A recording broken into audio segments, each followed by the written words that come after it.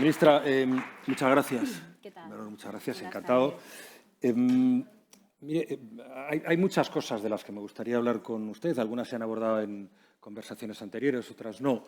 Pero por ceñirnos un poco al contexto de este encuentro, luego entraremos en otras, hemos estado analizando los problemas del presente con perspectiva de futuro, la innovación, las nuevas formas de trabajo, el cambio tecnológico, la sostenibilidad. La primera cuestión, ministra, ¿se puede avanzar hacia una España mejor sin tender puentes con la oposición o con los empresarios que crean empleo? Yo creo que España siempre es más fuerte cuando trabajamos juntos y unidos.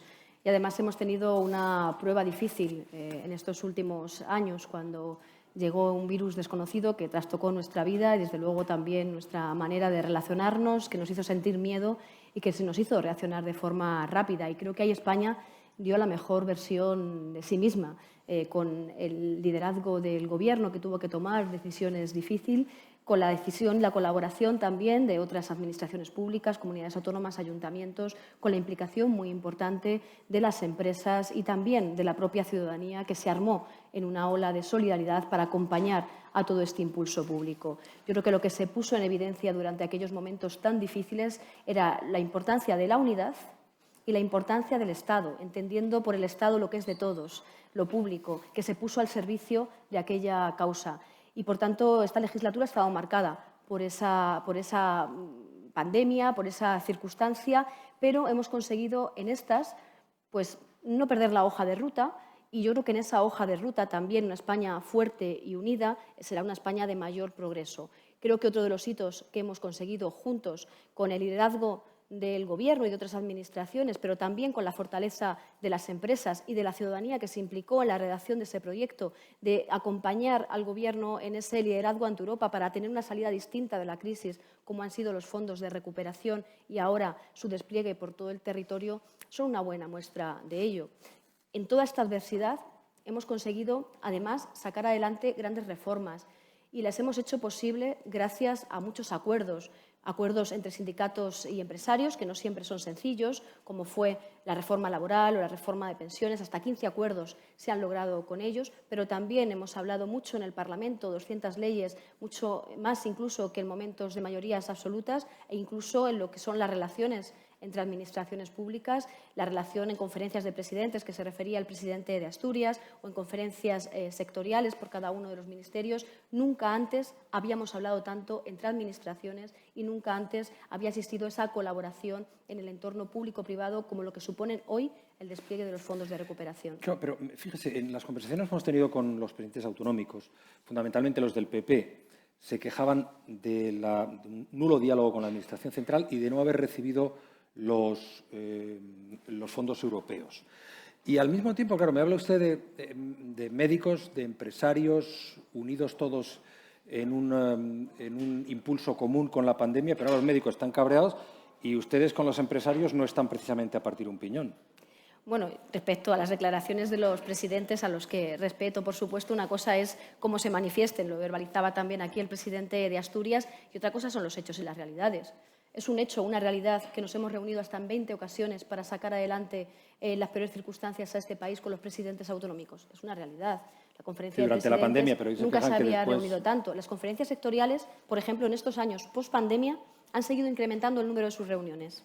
O sea, no se debió solo a la pandemia. Ahora se han incrementado como consecuencia del despliegue de los fondos de recuperación. Hablaba usted de la sanidad, sin duda uno de los grandes temas. La conferencia o el comité que reúne a todas las comunidades autónomas se ha reunido prácticamente cada semana. Las comunidades autónomas y el Gobierno de España hemos hablado cada semana de sanidad. Y no solo hemos hablado, es que en la parte que me toca, porque no voy a hablar en nombre de las comunidades autónomas, el Gobierno, sin ser competente, porque nos incumbe, hemos puesto recursos a disposición de la sanidad pública. Hemos puesto recursos para más plazas en las universidades públicas en estos últimos presupuestos, 52 millones de euros. Hemos puesto recursos para invertir en elementos de innovación en los centros hospitalarios, para la atención primaria.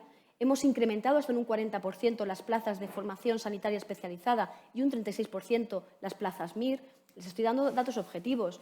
Y, por tanto, una cosa son las palabras y otra cosa son los hechos. Y, sinceramente, creo que hemos hecho un esfuerzo muy importante. Yo les hablo en nombre del Gobierno, pero también reconozco a otras administraciones públicas, a los ayuntamientos de los que nunca se habla.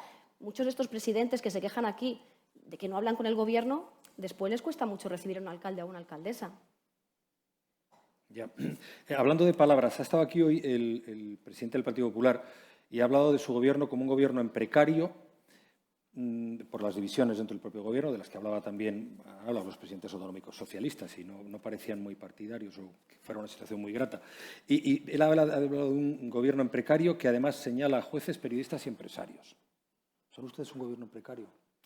Mire, le he dado los datos de la mayor inversión pública en el menor tiempo posible, que son los fondos de recuperación, de lo que habló esta mañana la vicepresidenta.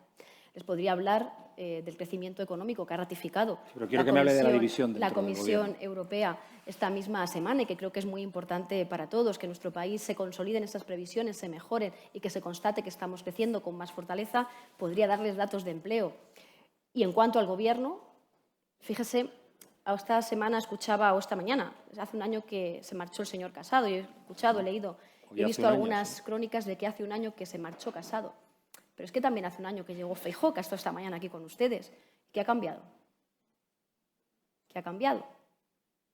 Él habla de inestabilidad, pero fíjese, este es el único gobierno que ha conseguido en los últimos años sacar presupuestos generales cada año. Por ejemplo, le escuchaba decir también, es que claro, se dicen unas cosas. No, es que el Gobierno no hace nada, no toma decisiones, no hace cosas importantes en el Consejo de Ministros.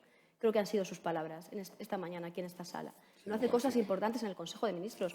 Yo no sé qué ha estado haciendo el señor Feijóo esta semana, pero esta semana el Consejo de Ministros ha hecho cosas muy importantes. Una de ellas afecta a 2,5 millones de españoles, que igual para él son pocos, pero son 2,5 millones de españoles que tienen salarios precarios y que, gracias al esfuerzo de este Gobierno, van a cobrar 80 euros más al mes.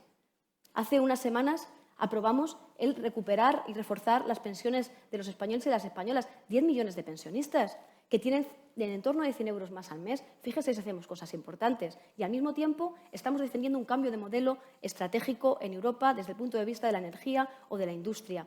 Estamos consiguiendo desplegar esos fondos. Nos estamos atreviendo con tecnologías que hasta ahora pues, nos parecía que no era para nosotros, ¿no? Aquello que decía Unamuno, que lo inventen otros. Oiga, no, nosotros somos capaces de liderar tecnologías en el ámbito del hidrógeno verde o de querer ser líderes en la construcción de la puesta en marcha de vehículo eléctrico. Nosotros apostamos por la modernización y la transformación de España. Y yo creo que así es como se juzga un gobierno, por los hechos. Vuelvo a la cuestión. Entonces, ¿usted no cree que la división notable, evidente y sonora que hay dentro del Gobierno les lleve a ustedes a una situación de precariedad?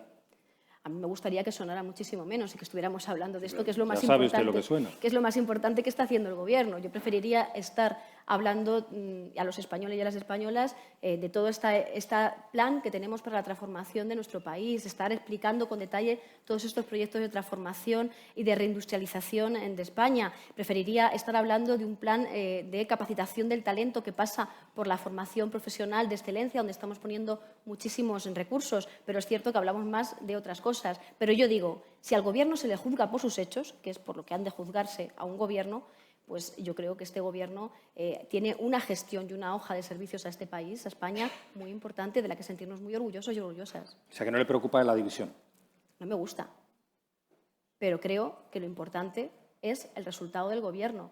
Ya me gustaría a mí que el señor Feijóo esta mañana hubiera cambiado de actitud y, en lugar de haber votado que no a la reforma laboral que habían acordado sindicatos y empresarios, hubiera dicho que sí, o que hubiera recalculado la posición de su partido en relación, por ejemplo, a los acuerdos constitucionales de cumplimiento de la Constitución. Pero, oye, estas son las mayorías y también, desde la política, tenemos que gestionar el sentir de la mayoría. A mí me gustaría que el PSOE tuviera mayoría absoluta, pero tengo que gestionar un escenario donde la sociedad es diversa y ha votado lo que ha votado. Con respecto a lo que he dicho, solo una cuestión, y ahora entramos en materias más tecnológicas, claro, pero el PP, sin embargo, les ofrece su apoyo para sacar adelante el Edil sí o a otros proyectos y ustedes lo rechazan. No lo hemos rechazado. ¿Ah, no? El Partido Socialista, en ese caso el portavoz del Partido Socialista en el Congreso, creo que dijo que en primer lugar se iba a hablar con los grupos que habían apoyado la ley. ¿Estaría el Partido Socialista, por tanto, dispuesto a Yo es que aceptar al PP le he los pedido votos del PP Yo al Partido Popular y al para Grupo la reforma de la ley Parlamentario, del sí es sí? yo al Grupo Parlamentario Popular le he pedido los votos para todo, para la reforma laboral, para el SMI, para las pensiones. Le hemos pedido el voto para todo. Lo que pasa es que siempre han votado que no. Y entenderán ustedes que en relación a los derechos de las mujeres, pues hombre, alguna suspicacia nos genera su posición. Realmente ellos no apoyaron esta ley, pero el Gobierno, en este caso el Grupo Parlamentario Socialista, lo que quiere es solventar este problema cuanto antes y vamos a trabajar en ese ámbito, en el parlamentario, para sacarlo adelante. Y entonces, si tienen los votos del PP, Bienvenidos adelante. sean, claro que sí. Yo creo que eso es un titular de este diálogo, me da la sensación, si no me equivoco. Pero, cosa que le agradezco, ministra.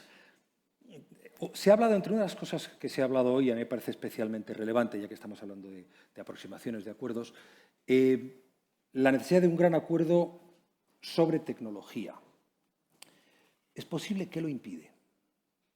Bueno, yo creo que es un asunto complejo, por la velocidad, tal vez. Siempre se decía que la sociedad iba más rápido que las leyes. Era en los tiempos analógicos, ¿no? Siempre la sociedad parecía que cuando llegaba el cambio legal es porque ya se había asumido en la sociedad. Y yo creo que ahora lo que ocurre es que la tecnología acelera también los ritmos de la sociedad y, por tanto, es más complejo llegar a esa conciliación entre la norma, entre los acuerdos, entre la regulación, junto con el desarrollo tecnológico. Pero, sin duda, soy de las que cree que los avances tecnológicos tienen que ir acompañados siempre de un código ético, que no podemos dejarlo todos de la mano de la tecnología sin abordarlo desde una perspectiva humanística. El Gobierno ha hecho algunos esfuerzos en esa dirección, con esa Carta de Derechos Digitales, con esa agencia que vamos a poner en marcha de evaluación de la inteligencia artificial. Creo que además han de ser también acuerdos globales. Cada vez necesitamos más de acuerdos globales. La red no tiene fronteras. Y yo, por supuesto, que tanto en mi responsabilidad pública como en mi responsabilidad individual, pienso mucho en mis hijos, en esas ventanas abiertas del espacio de la red, donde tenemos que hacer esfuerzos para evitar pues que la inteligencia artificial o que un buscador pueda propiciar a un niño, por ejemplo, pornografía de manera fácil. Creo que a todo eso, pues con la tecnología, pero también con la regulación y con la ética, tenemos que acotarlo en cierto modo, cómo hemos ordenado nuestra convivencia. Al final son nuevos canales entre los que nos relacionamos los seres humanos y, por tanto, tenemos que avanzar con los nuevos canales para seguir ordenando nuestra convivencia. Otra de las cuestiones que se ha abordado hoy aquí, y lo hemos hablado yo creo con todos los presidentes autonómicos, es la reforma de la Administración, en este caso la Administración central, para tener más cercanía con los ciudadanos, que no requiere solo un cambio de procesos, que sí, sino sobre todo un cambio cultural. ¿Ustedes cómo está trabajando la Administración central en esa dirección? Porque supongo que está trabajando en esa dirección. Sí, vamos a invertir, de esos fondos de recuperación, vamos a invertir muchísimo dinero en digitalización, no solo de las administraciones públicas, también del tejido empresarial. Uno de los programas que mejor está funcionando precisamente es ese kit digital, también en infraestructuras digitales para permitir esa conectividad y, desde luego, también en la modernización de las administraciones públicas. Creo recordar que es del entorno de 1.000 millones de euros lo que vamos a destinar a las administraciones públicas. El ministerio que yo dirijo está especialmente enfocado a los ayuntamientos. Hay verdaderos proyectos de verdad muy importantes que ya se están llevando a práctica. Visitaba el Ayuntamiento de Rivas recientemente, tenían un chat en pruebas que se va a poner en marcha con estos recursos, donde ya uno puede empadronarse a través de este chat. Otros proyectos que tienen que ver con saber si puedo aparcar mi coche o no, también para ahorrar emisiones cuando llego al aparcamiento en una zona costera. Todo eso se está haciendo hoy en España. Controlar el alumbrado de los edificios públicos para ahorrar en eficiencia energética. Pero yo creo que en todo ese desarrollo hay que, además, no perder la perspectiva territorial y social del instrumento de la digitalización. Hemos puesto en marcha un elemento también para acercar la digitalización al territorio y a todas las generaciones. Hemos visto recientemente cómo algunos de los proyectos del Gobierno no llegaban al ciudadano, en este caso a los jóvenes, precisamente por errores en el acceso a ese tipo de contenidos digitales o en la emisión de los certificados de digitalización. Y lo estamos poniendo en marcha con este proyecto que llamamos Administración cerca de ti, que consiste en el clásico: si la montaña no va a Mahoma, pues al contrario, pues Mahoma, ¿no? Sí, vamos a la montaña, quería decir. Entonces llegamos a los pueblitos para ofrecerles el certificado digital, los trámites que se relacionan con la Administración, lo que tiene que ver con su vida laboral, lo que tiene, en definitiva, todos los trámites con la Administración pública. Usted es responsable de la política informativa del Gobierno, es portavoz tiene que vender, entre comillas, logros del Gobierno, debe sufrir mucho, me imagino. Para vender logros no, porque tenemos muchos, lo que no me das tiempo. Bueno, pero tengo la sensación de que muy fácil no se lo ponen. ¿Se puede innovar en ese territorio? ¿Se puede avanzar en el uso de nuevas formas de comunicación? Y no hablo, que quizá también, pues que algún ministerio pues, se ha abierto una cuenta en TikTok. ¿Cómo pueden mejorar esa responsabilidad suya en esa dirección? Bueno, yo creo que es importante no abandonar ningún canal, atender todos los canales y también atreverse a todos los canales. Yo creo que es muy importante comprender cómo se comunica la sociedad y, por tanto, intentar también comunicarnos en su mismo lenguaje. Yo creo que todos los canales son importantes y a veces incluso nos creemos que se llega con más eficacia desde canales nuevos o más novedosos y en ocasiones los canales tradicionales son muy eficaces, quizás porque cada vez son más excepcionales. Yo ojeaba el último número de la revista Forbes antes de venir a este encuentro y realmente es agradable encontrarte con el olor a papel, ese trabajo cuidado de sus portadas, de sus ilustraciones y también de los contenidos. Ahí, en esta publicación de este mes de febrero, como en otras, encuentro estas líneas generales de acción de gobierno en forma de reportajes, en forma de realidades. Veía un proyecto industrial, tecnológico en Jaén, en una parte de la España que no es la España clásica, industrializada.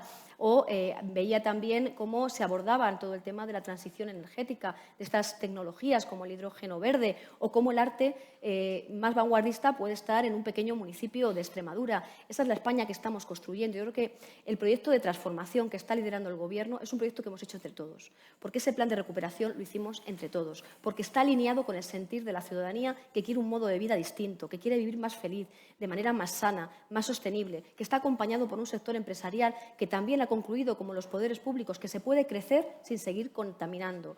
Que veíamos cómo la Universidad de Yale en los últimos días hacía un informe que decía que España es uno de los países más próximos para culminar esa obra de crecimiento sostenible. Todo eso se puede contar por múltiples canales y tal vez centramos la atención en los canales clásicos cuando en una información más sectorializada, más especializada, este tipo de trabajos que está llevando a cabo el Gobierno, que en ocasiones son de difícil comprensión para una amplia mayoría, como son mucho más sencillo comprender el salario mínimo, comprender las pensiones, pero igual si empezamos a abordar la tecnología o empezamos a abordar la industria o empezamos a abordar las energías, estos otros canales resultan también muy positivos. Y, ¿por qué no, mantener también lo tradicional, que en algunas ocasiones, por excepcional, llega a ser quizás más atractivo? Ministra, estamos cerrando un encuentro económico, empresarial, de perspectiva, de futuro, con participación de grandes empresas que han pasado por aquí a lo largo de todo el día, algunas del IBEX, otras no. En varias ocasiones se ha referido usted a las relaciones necesariamente buenas, positivas, firmes con el empresariado, pero no siempre tengo, no solo yo, en general la sensación de que esas relaciones con el empresariado son buenas, son correctas. A veces puede ser que porque en un momento político determinado interesa, es una impresión personal, parece que se dispara contra el empresariado cuyo concurso se busca en otros momentos. En absoluto, y me alegro que me haga esta pregunta, que me la había insinuado antes y no le había respondido, y no por no querer hacerlo. No. Yo y la formación política a la que represento, es verdad que me he despistado ahí, perdón. Siempre la socialdemocracia quizás no haya que reinventarla, ¿no? Creo que la socialdemocracia quizás lo que hay que hacer es reivindicarla y la socialdemocracia requiere de crecimiento económico para redistribuir mejor esa riqueza y esos son los planteamientos que nosotros estamos defendiendo desde el punto de vista de la recuperación de nuestro país en este momento, donde entendemos que todo el crecimiento económico que se está generando hay que distribuirlo bien para cohesionarnos, para generar más igualdad, porque también es económicamente más rentable para las empresas una sociedad más igualitaria, con menos desigualdad. Eso en el planteamiento ideológico. Pero es que en la práctica este Gobierno, más allá de, como decíamos también antes en el caso de los presidentes, de lo que podamos decir, de lo que podamos oír en los medios de comunicación, están los hechos. Y los hechos es que hemos forjado con la parte de la representación. No lo dicen los medios, los medios recogen lo que dicen el presidente del Gobierno. Que no lo decimos en los medios, digo. Vale, acepto. La realidad es que hemos firmado 15 acuerdos con patronal y sindicatos que no se producían ni en los tiempos de mayorías absolutas. La realidad es que esos fondos de recuperación que trabajó y que lideró el Gobierno los hemos pensado sobre todo para que reviertan en el sector económico, empresarial e industrial de nuestro país. No son unos fondos para invertir en las administraciones públicas, son unos fondos para inyectar en la economía española. Lo cierto es que esos fondos están llegando ya a 150.000 empresas. Lo cierto es que en el peor tiempo de la pandemia no solo atendimos a los trabajadores, con esos ERTEs, con esos millones de trabajadores protegidos con los ERTEs, no. Decidimos que las empresas tenían que estar atendidas y que había que salvarlas de estas e inyectamos ayudas directas a distintos sectores, como hemos hecho ahora con la guerra, al sector del transporte o al sector de la agricultura, como hicimos también entonces con unos créditos ICO dirigidos también para facilitar la financiación.